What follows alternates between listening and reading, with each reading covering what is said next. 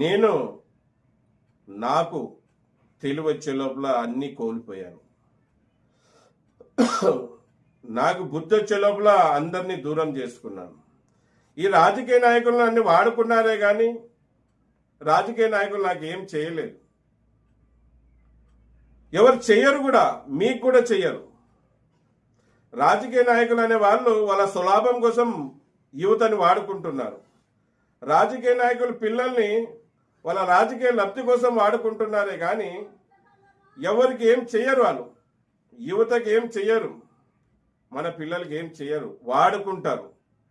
వాళ్ళ స్వలాభం కోసం, వాళ్ళ రాజకీయ లబ్ధి కోసం వాడుకుంటారు. బ్రదర్స్, దయచేసి అర్థం చేసుకోండి. మీ భవిష్యత్తు నాశనం లేపుకోవద్దండి, మీ భవిష్యత్తు చెడగొట్టుకోవద్దండి.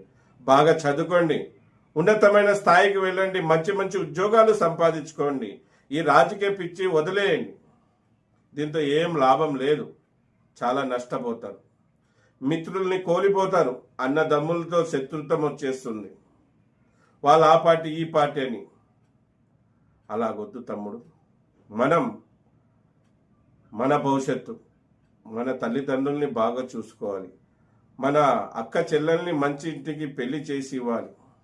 మనం కూడా మంచి కుటుంబంలో పెళ్లి చేయించుకొని